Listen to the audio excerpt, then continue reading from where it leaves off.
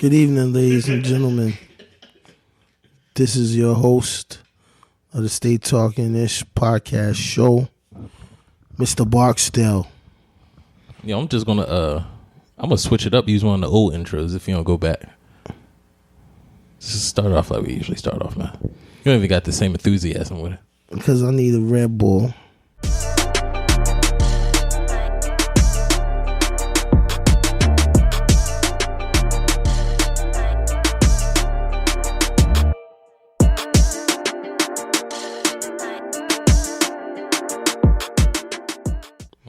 Yeah. Welcome back to the Stay Talking-ish podcast show. This your host, Mr. Barksdale. Yo, this is Gus. I wish I knew to bring you a Red Bull. Yo, it's all good, man. We gonna do what we do, preferably. Preferably? Yeah, man, preferably. You know what I mean? How you spell that? PRFBLY.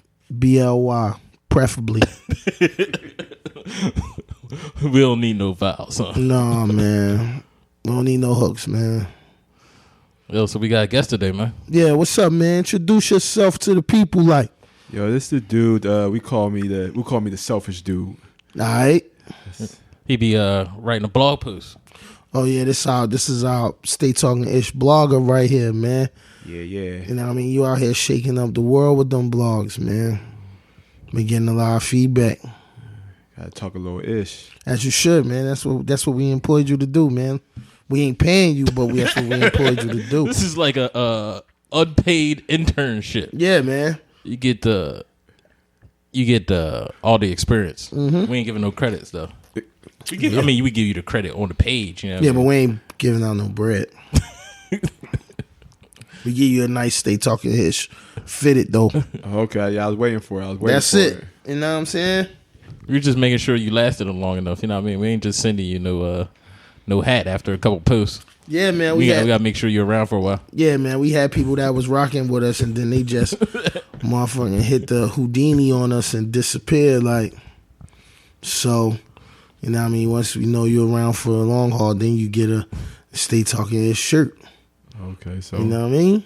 Then we might move you up to a Stay Talking-ish chain. We'd be like Rockefeller. Yeah, be like Rockefeller. You already know it's like chaining day. So basically, I'm the side chick trying to become the main chick. I don't know about all that. Side chick? You know what I'm saying? Need like two I pauses don't right there. get none of the headaches.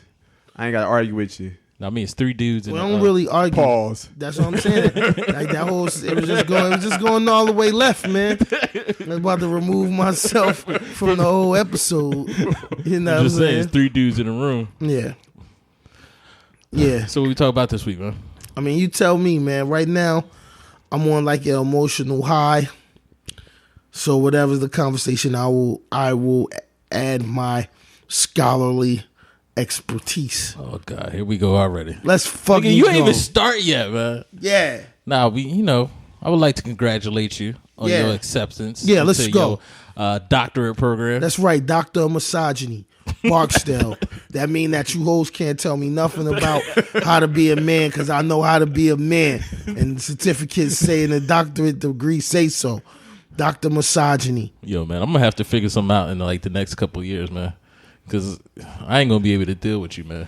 Listen, man, at the end of the day, like when I'm a doctor, I just... Nigga gonna be pulling out his motherfucking certificate like, yo. Yeah.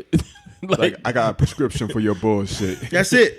You know what I'm saying? And you know, y'all better, anybody that want to argue with me, you better get your arguments in now. Because once I get this doctorate, if you ain't got a doctorate, we can't have back and forth banter. Niggas just pulling out plaques. Yeah, it's either my way or go get a doctor to tell me I'm wrong. You can't even tell me I'm wrong if you don't have a doctorate. Like, I could be clearly wrong. Like, Donald Trump's the 46th president. You be like, no, but he really the 45th. Like, you got a doctorate? Nah, you can't correct me, dog. You best go get somebody in my damn educational bracket. You better get more people. Yeah, you better get the getting. God damn it. So, man, in honor of your achievement, and your upcoming what is it, graduation? Yeah, your masters. Yeah, masters in misogyny. I'm taking this all the way to the top, man. You know what I mean? If you don't have a master's, You can't really argue with me right now. You know what I mean? This is all master level arguments, man. You know what I mean? And once I get this doctorate, then it's just over. Like, like all y'all cats with bachelors. Y'all Yeah, got like you got a couple more weeks. yeah, man. Listen, man. Y'all high school niggas, they been able to talk shit. I'm not for a listen. minute. First of all, I y'all. don't even think I converse with people that only got high school diplomas, man. You ain't no disrespect. It's, hey, man, we ain't really got much to talk about. We ain't had much to talk about since 11th grade, I guess. You know what I mean? Why the fuck is we talking now? And you know what I'm saying? Nah, but really though, you know what I'm saying? I'm thankful, man. I'm blessed, man.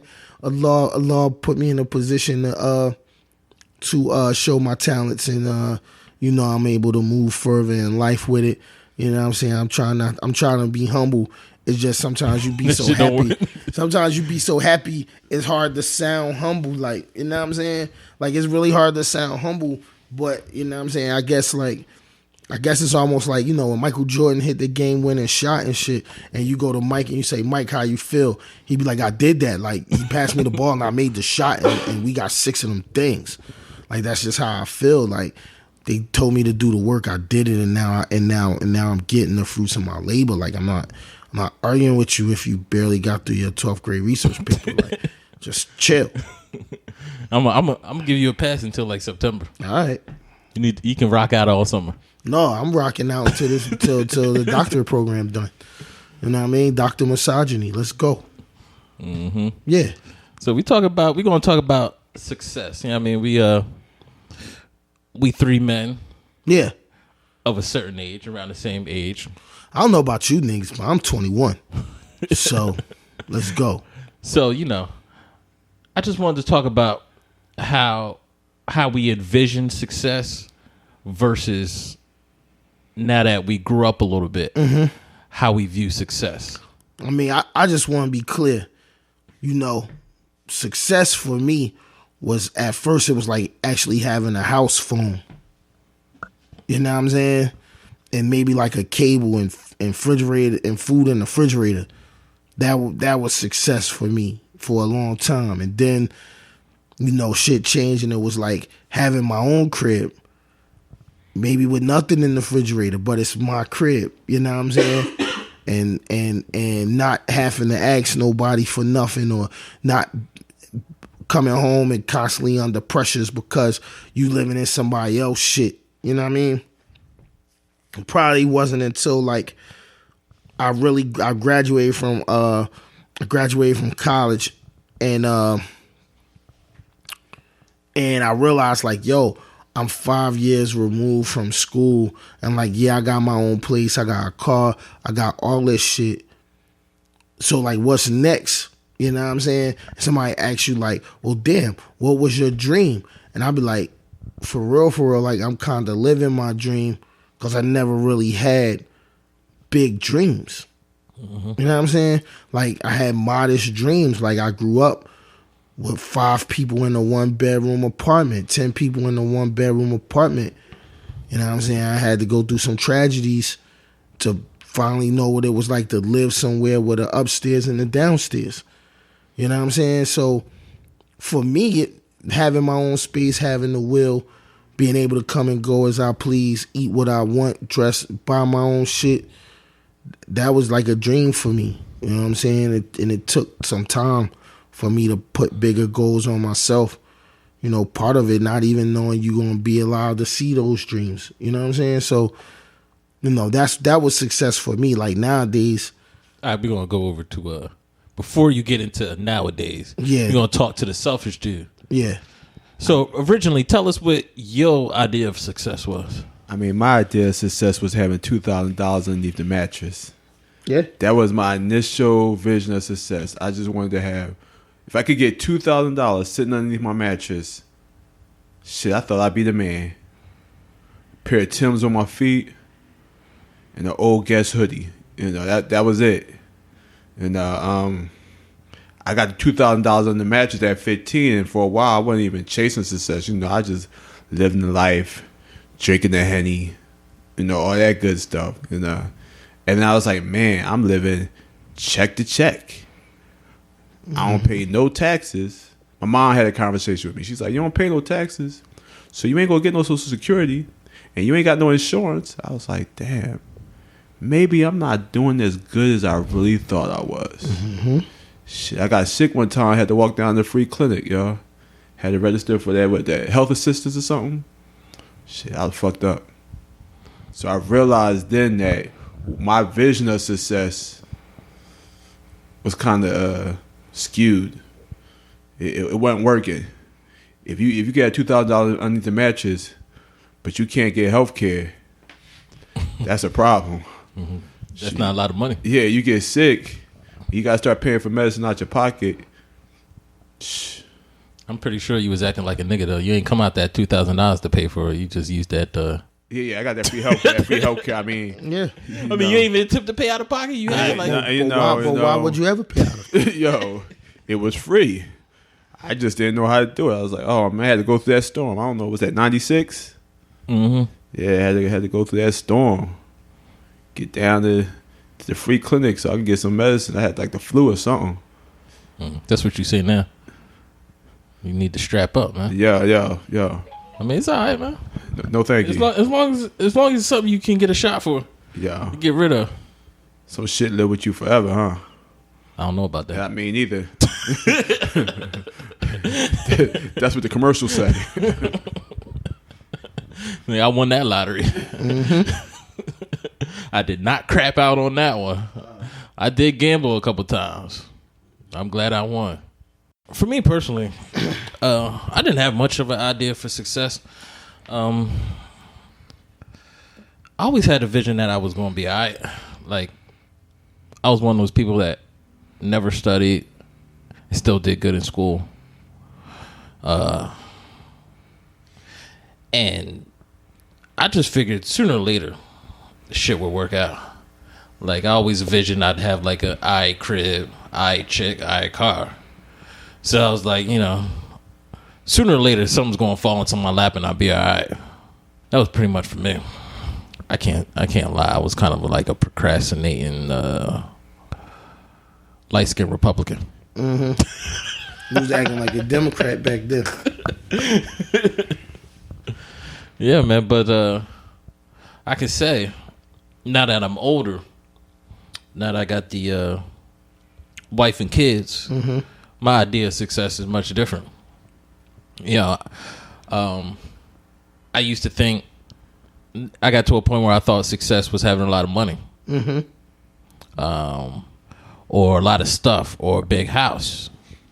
And then I got a house. I had a nice car and realized that it's just a nice house and a nice car. Exactly.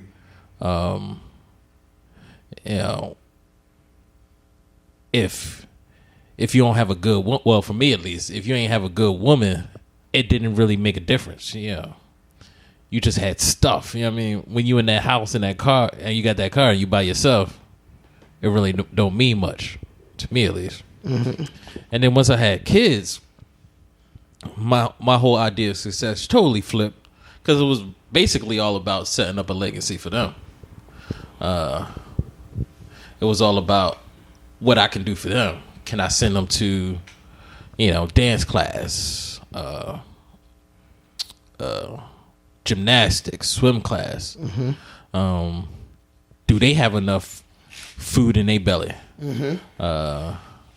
Am I setting them up for their future?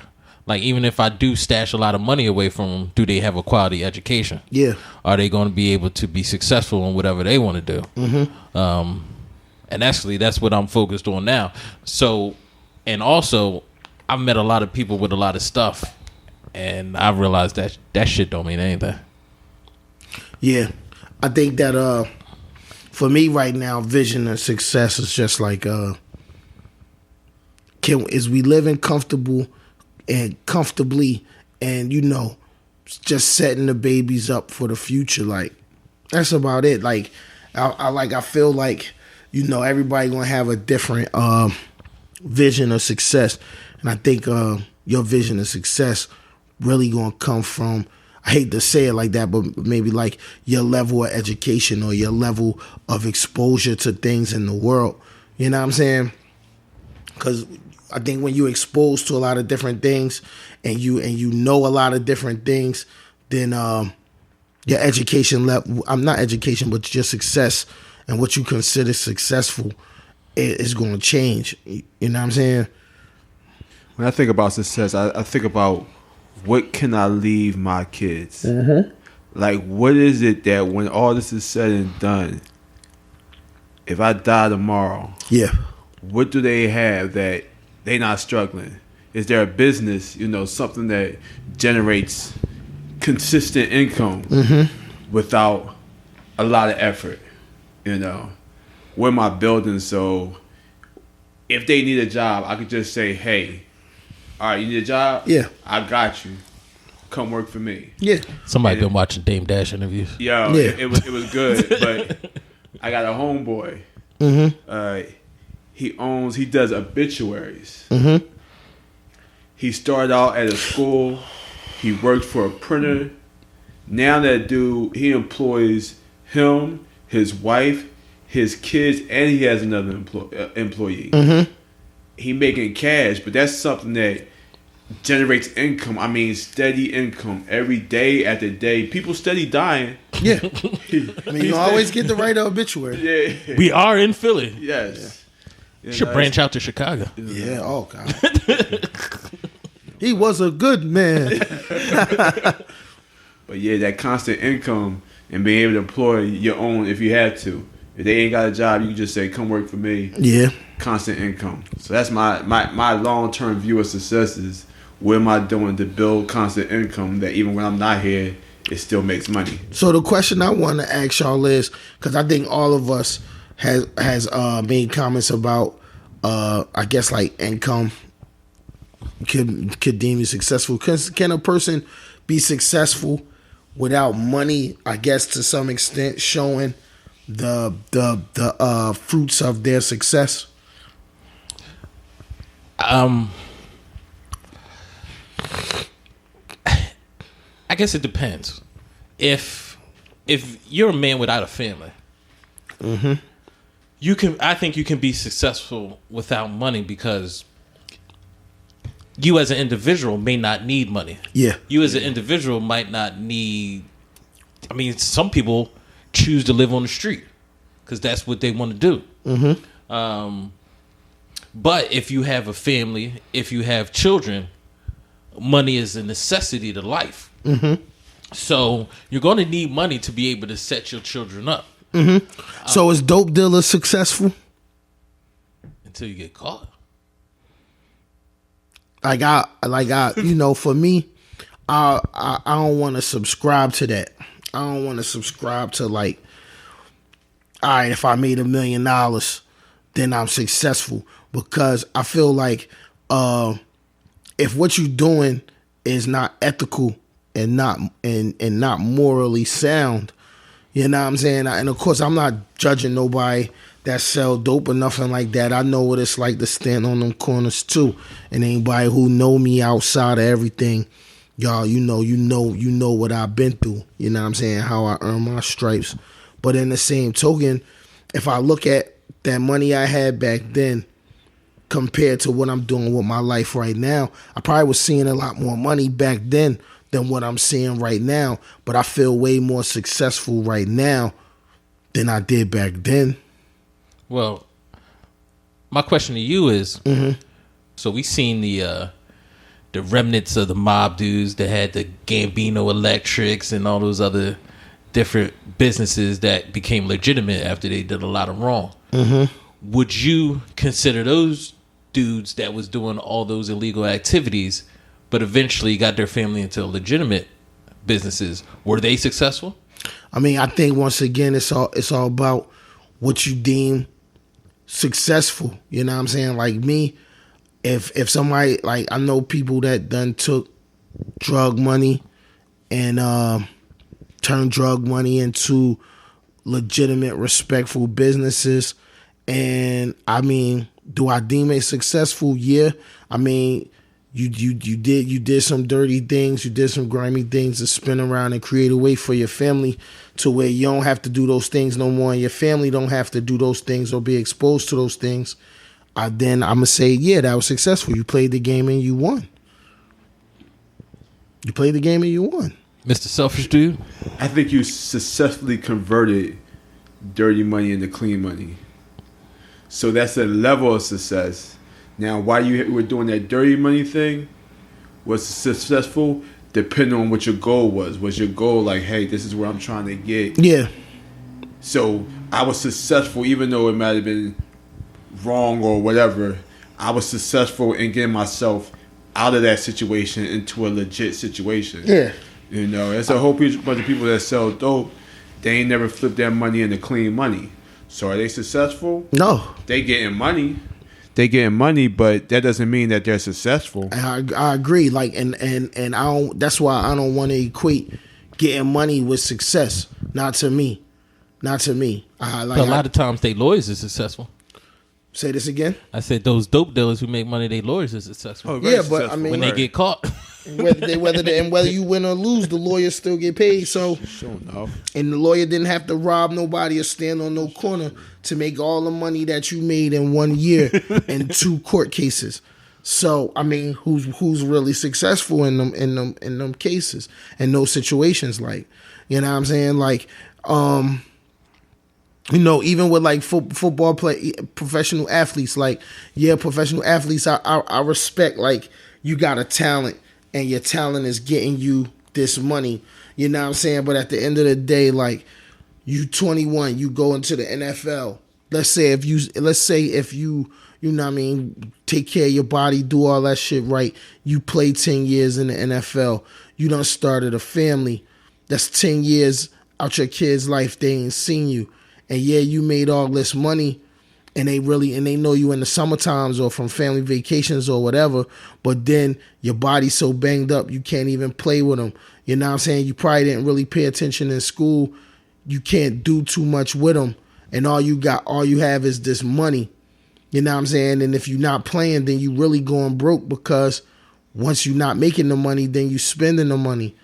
Like, I'm not, you know, not even to sound like a hater or sound like I'm on a educational high horse or nothing like that, but I don't want to deem that successful. I don't want to say that's successful. I don't think the money part, it's like you were saying, like, people play 10 years. Yeah. And at the 10 years, they broke. So even though they had the money, that wasn't a success. It's people who were able to take that money and kind of flip it into something else that generates income, that makes money for their family after all you making the big dollars in the cash. Yeah. How did you set that up to actually make residual income? That's the success part. The money part, that's not the part. The residual income, that's the part a lot of times. Yep. well, I remember I had I forget where I heard it, but I don't know where I heard it, but a guy said, and I don't know if I read it or heard it, but he said, I don't judge a man by looking at him, judge a man by looking at his wife and kids. That's it. Amen. That's it. Because, I mean, the only way you could judge the worth of the sun is when you see the earth on a beautiful day. You know what I'm saying? Like, if you ever want to know. That was deep. You feel me? It took me a second to get it. Yeah, if you ever really want to know the purpose of the sun, like for real, come out your house on a summer day. You said green grass and blue clouds and beautiful bitches half naked. It don't matter how bright that sun is if it's scorching the earth, right? I mean, I don't think it's scorching the earth. I think it's serving its purpose to the earth. I think that I think with all things, like a successful man, you understand what I'm saying? Like, you could tell where you really winning, like the way your wife smile and the way your kids react when they see you. You know what I'm saying? Like, I guess to some extent, like, if you see a woman and she married and you know she married, you know what I'm saying? When she say she married and you see her face light up to tell you she married because she just thought about her husband, like, yeah, that's success. It's something good going on over there. You still gonna try to go for it though? Fifth. Dr. Misogyny, please the fifth. Yeah, let the record show that the defendant, Dr. Misogyny, pleaded the fifth. So I mean, I think it sort of kind of equates with the same people. People seem to talk about religion the same way. Mm-hmm. Like you really don't have to ask a person who's following a religion, you know what type of person they are. You can tell about their actions and how they speak, characteristics. Yeah. And don't get overly sold on like the image that they want to put out, because I feel like a person true colors will always show themselves. You know what I'm saying? A person true character gonna always show themselves, and it's a big difference between a person that's happy with their life and happy with the successes and able to live with the regrets in their life. It's a big difference between that person and a motherfucker who just trying to compensate for his failures and his regrets by putting out like a crazy image or a crazy front. You know what I'm saying? It's a big difference. You know what I mean? So just don't get caught up in that shit, man. You know what I mean? I mean, you can always tell. Like, I mean, we were just talking about it. I mean, you have people that talk a whole bunch of shit, how good they are, speak well, act religious or act like, everybody now want to talk about how they woke. I've been woke. How they got the knowledge of self, but you look at their sons and their sons be like, my dad ain't shit. You know what I mean? So you can look at the people around them that know them the best. Agreed. The people that interact with them most. Like somebody speak to my lady and you bring my name up to my lady, you gonna watch my lady smile like a 5-year-old baby. Baby's 5 years old? Yeah, you still a baby when you 5. Oh, okay. What can you do on your own? Shit, I got an 8-year-old. I'll be like, yo, that's a baby. That's a baby. Like I meet a high school junior. I don't care how big her titties is. You 17, you a baby. Whoa. You gonna edit that one out. No, we not. Kind of got weird. No, it didn't. I don't care. I don't care how big her titties is, how fat her ass is. You 17. Hey, well, I mean, I guess I understand that's a good outlook. The way you said 17 and titties, nah, because kind of fucked me up. Nah, because you gotta understand. You get these little girls out here. Like I work in education, bro. So it's not nothing to see a 17-year-old girl who her hero is her aunt. That's a thought on Instagram, and she come to school looking like this thought on Instagram, and we have to draw our boundary lines real quick. Like, yeah, you're 17 years old, you a baby. Oh, got you. You ain't no adult. I don't care who you open your legs for, whatever. You a baby, and you better know you talking to a grown ass man that ain't. Get the fuck out of here with that. I feel you on that. You're fucking baby. And any man that look at that 17-year-old girl that's over 30 and think that she's not a baby, he got a real crazy character flaw. Gotcha. Yeah. So yeah. So on this conversation, it says yeah. Is there any advice you would give? I know a lot of times we say the younger Barksdale, but even someone in the younger generation, how to approach success? I mean, I think for me, it's crazy to say it, like not having my dad in my life. Like hip hop and words meant a lot to me growing up. And probably when I was about like 19 years old, and I was in the middle of a lot of stupid shit, Nas came out with this song with DMX called Life Is What You Make It. You know what I'm saying? Nas said, life is what you make it, nigga. I'ma make it. To the younger generation, all I want to tell them is, your life is what you do with it. You know what I mean? Like your thoughts become your actions. You know what I'm saying? Your actions build your character. Your character, who you gonna be. So it's like, if you thinking about winning, then you'll move like a winner. If you moving like a winner, then everyone will look at you and you will have the character of a winner. And when you go, when your time is up, they'll be like, that nigga made it. Period. I would say you need to develop a clear vision. Yeah. I'm not even gonna lie. I was all over the place. Yeah. For a long ass time. I agree with that. I was good at a lot of shit, but not great at one thing. Yeah, a lot of things I didn't finish. Mm-hmm. You know, there's still things to this day I need to finish, but you know, I was scatterbrained all over the place. Mm-hmm. You know, you can't let people distract you. You gotta really put yourself around people who are either chasing their vision or chasing the same vision as you. You can't let everything out here. It can be a distraction if you allow it to be. Mm-hmm. You know, if you chasing pussy, that could be a distraction. Now, if you got one and you smash, and then you out, and you getting what you need, but if you just chasing it, that could become a distraction. You get so caught up in it, Yeah. that you let the other things go by the wayside. Mm-hmm. You know. Yeah, I fell for that. Yeah, I mean, Hard. I think we all did. I think we all. I I don't even give young men that talk anymore because it's like I'm not it's one of those gonna things you only find out for yourself. I mean, I think it's not till you get to your 12th career year in high school that you realize like even the hoes are getting good grades, bro. exactly. You know what I'm saying? Like this chick got all the rumors around her of who she done sucked and fucked, but she's in the top 20 in the high school class. You the jackass that's been chasing her and ain't getting none of the pussy and ain't doing your homework.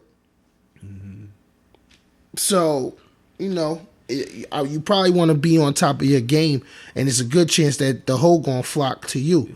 You know what I'm saying? Like women flock to whoever focus, man. That's what I realized. Because at the end of the day, one thing I give credit to women about, like whether she a hoe or a nerd or whatever she into, like she focused on something. It's real hard to find a woman that's not focused on her goal. And if you find her, you could meet her. You'll know who she is. Like the loudmouth chick that smoke weed and always want to fight, she's clearly not focused on her goal. She's clearly. And I feel like for every 100 focused chicks, you'll find 10 of the loudmouth want to fight all the time, smoke weed all the time, fuck all the time, and don't do what they supposed to do type chicks. You know what I'm saying? But and sometimes the hoes be the one like they fuck you like, all right, we fuck, bye, and then they get back on their grind, whatever they was doing. Yeah, I fucked you, bye. But nobody even know that they playing like that because they so focused on their goal that on the exterior, you don't really know this chick is like a whole slut. You know what I'm saying? And she ain't giving the ass up to people who's going to tarnish her image. Yep. She giving the ass up to people that she know is going to respect the game for what it is. When you call her doing chasing her money hours, nah, bruh, she ain't even picking up the phone. When she ready to sit that pussy on your face, she calling you. Exactly. well, all I can say is what y'all said, I agree with. In my life, there's one thing that helped me when I was bullshit was I had a minimum standard. There was a certain amount of shit I wasn't going to go for. Mm-hmm. Like I fucked up, but I wasn't going to fuck up that bad. Mm-hmm. Like for me, I was one of them dudes that I couldn't ask anybody for anything. I refused to. Mm-hmm. So even though I wasn't doing as well as I should have, I wasn't doing as bad as I could have. Yeah. Because I had to be on my grind because I wasn't going to ask anybody for shit. Yeah. It's like, so you have to have, and also, I never saw and it's back to what you said, Barksdale, about having a vision or your thoughts. Like, I never thought I would move back to the hood. There was no way I was moving, and it wasn't thinking about it every day. I just never envisioned it. Like, even when I was fucking up, I lived in an all right neighborhood. I was doing all right because I could envision myself being down and out. You know what I mean? And I think you have to. There has to be a bar you won't go below. You know what I mean? Because even though I had cats, I was sitting around. You know what I mean? Not doing shit, smoking weed. I still went to work every day. You know what I mean? I wasn't like some bulls that was BS. Doing the bullshit. Motherfuckers 28 years old and doing nothing. I totally agree. I think for me, the shit that even when I was struggling at my lowest points, you know what I'm saying? And the shit that made me be like, well, if I can't get it legit, then I need to put this energy into to getting it not legit. You know what I'm saying? But I got to get it. because at the end of the day, anybody who really know me, like my ego and my character is like real uncompromising and polarizing at times, man. And it's hard to be an uncompromising and polarizing beggar. No, dead ass. It's hard to be the nigga who know everything and got everything and don't got shit. So I figure I best to get it because that's the only way I'm gonna be who the fuck I am. You know what I'm saying? Like I try to be I try to be humble. You know what I'm saying? And you know, I feel like I have toned down my character and my ego a lot as I got older and realized, like, you know, opportunities that come to me that haven't come to other people, and you never want to throw that type of shit up in their face. But I'm talking about when I was 17, 18, I'm like, nigga, I could fight. I'm fucking these hoes. I'm getting money. Who the fuck are you? You know what I'm saying? And it's hard to have that persona when you're broke. I think we come from an era where you don't work, you don't eat. Oh, Mike Jones said it real clear. Yeah, you don't work, you know what I'm saying? you don't eat. You don't work, you don't eat, you don't grind, you don't shine. Mike Jones said, listen, you know, once again, being a young man that grew up without a dad, like music and words played a major part in my upbringing. People used to wonder, like, yo, why you like this dude Mike Jones so much? Mike Jones said one of the realest lines in hip hop history, man. If you don't work, you don't eat. You don't grind, you don't shine. And that's just the real shit. And that's what at whatever you doing in life. So everybody that's listening, like, I mean, if you a stripper and you listen to this and you a successful stripper, and I ain't talking about one of them strippers in the hole in the wall club that's going home with like 300 every night and still sucking a dick in the parking lot. I'm talking about them strippers that's like, motherfuckers, you a stripper in New York and they paying you a payout to come down and strip in Miami. Before you even get a tip, you done made your makings for the night because that's what they paid to get you there and book you. I mean, I hate, you know, people might not agree with the line of work, but you're a successful exotic dancer. Whatever you decide to do. Yeah. If be good at. That's it. Put the work in. Put the motherfucking work in. You know what I mean? You want to be a yoga instructor, you better be the best fucking yoga instructor it is. So she can get her legs behind her head, right? I mean, she or he, whoever the fuck you are. I mean, you know, you want to pause it, but I seen. You seen the movie Couples Therapy? No. Couples Therapy. It was like Vince Vaughn in the joint, Jason Bateman and them. They took. No, it was like Couples Retreat. My bad, not Couples Therapy. Couples Retreat, and they did some yoga, and the motherfucking nigga came out the water. You know what I'm saying? He out here humping niggas' wives from the back to encouragement. Boom. You know what I'm saying? Niggas ready to split his whole wig for dry humping their wife. But yeah, he's a fucking yoga instructor. He lived his life doing yoga and swimming all day, but getting bread. I mean, that's what he wanted to do with his life. Yeah, if that's what you want to do. That's it. I mean, and then so for me, that's you know, if you could live with how you getting the money and you getting it and you successful and you have the things that you want in life and you reaching the goals that you got for yourself in life, I mean, it's hard to call you not successful. Well, I got two last things for me. First one is whatever it is, just be, the whole point is to be happy. Yep. I mean, Exactly. I don't think you need to have a lot of money, but it's a necessity You just need in to the be world we live comfortable. in, so you have to be comfortable. Yeah.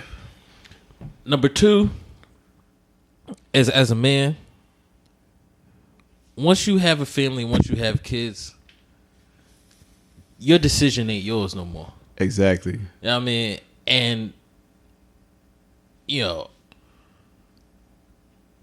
yes, you can do things that make you happy, but it can never be to the detriment of your family. And there's no excuse for it anymore. Once you have, you know, family and kids, like, it's not, well, I gotta live my life. No, that shit's a wrap. Yeah, you got It's fucking over. You know what I mean? Like, you know, and there's no excuse for that shit. You know what I mean? I wanna add on to what you're saying by just saying, like, once you put yourself in the shoes of a leader, period, it's no longer about you. So a father is a leader of the household. A husband's a leader of the household. But I'm saying a leader, period.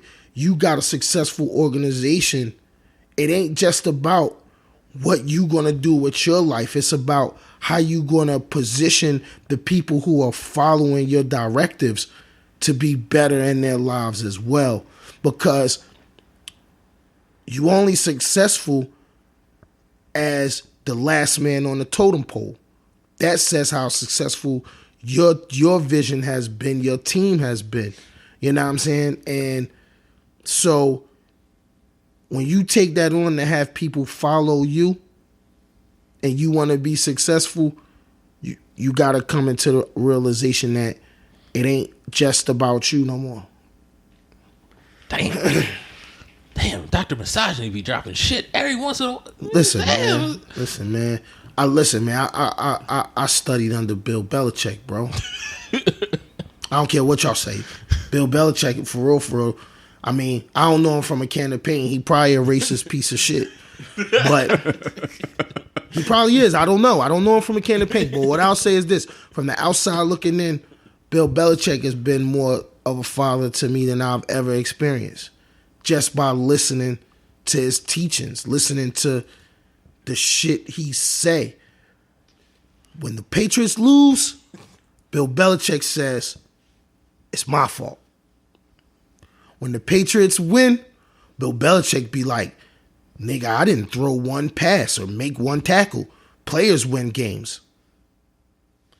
You gotta love a person who thinks like that. But I'm pretty sure when contract time comes, I mean, he'd be in that office talking about. But that ass, and he probably do. But at the end of the day, if we own the Patriots, and this man has taken us from the laughing stock of the NFL to probably one of the greatest organizations in the NFL all time, when his contract time comes around, is it really a negotiation? Like, really think about it. Do he really need to sit in the room and be like, well, you know, hold on, let me get my Bill Belichick voice together.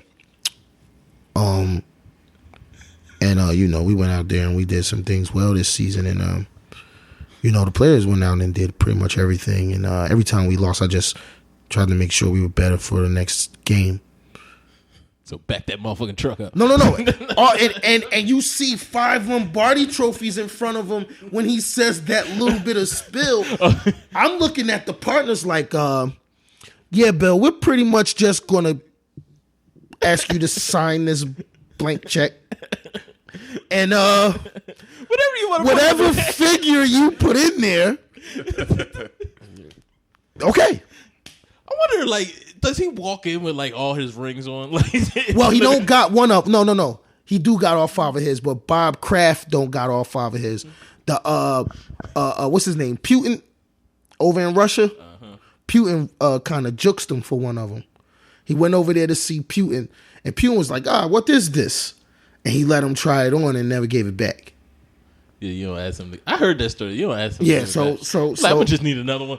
Yeah, we're just gonna get another one. He was just trying to get out the country. Like, yeah, took my ring. Alive. Oh, this motherfucker took this motherfucker. Coach, listen, and I feel like he took the one that the Patriots won after his wife died. You know what I'm saying? And me personally, I probably don't give that one up. That's probably the one that I care about the most, and that's the one that Putin got. You know what I'm saying?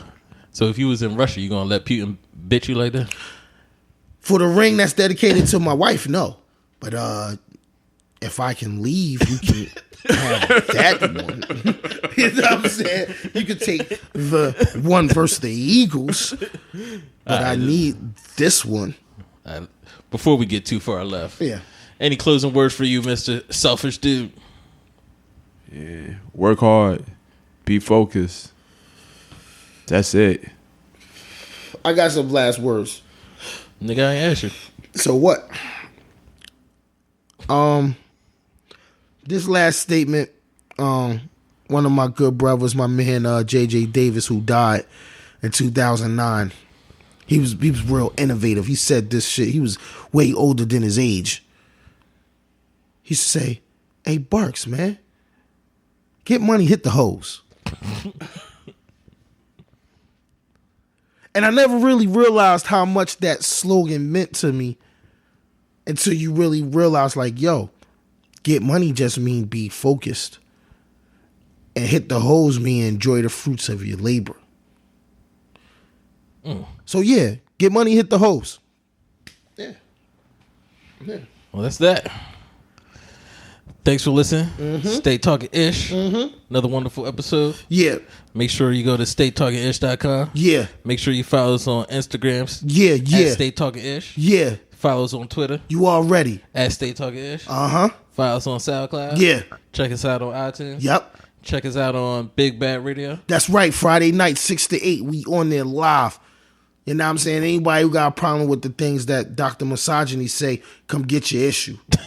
Oh, also, make sure you check out the website, man. Yeah. Listen. Well, not listen. Read. If you can read. The words of the selfish dude. Selfish dude. Yeah, he sounds real selfish. Yeah, man, he's good. He's in my PhD classes for misogyny. So it's all about selfishness and masculinity. Keep the masculinity going. Unadulterated masculinity, and we don't subscribe to microaggressions. This is all straightforward macroaggression. God damn it! We don't even acknowledge microaggressions. Nah, just get your issue. You know what I mean? All right, peace. Peace.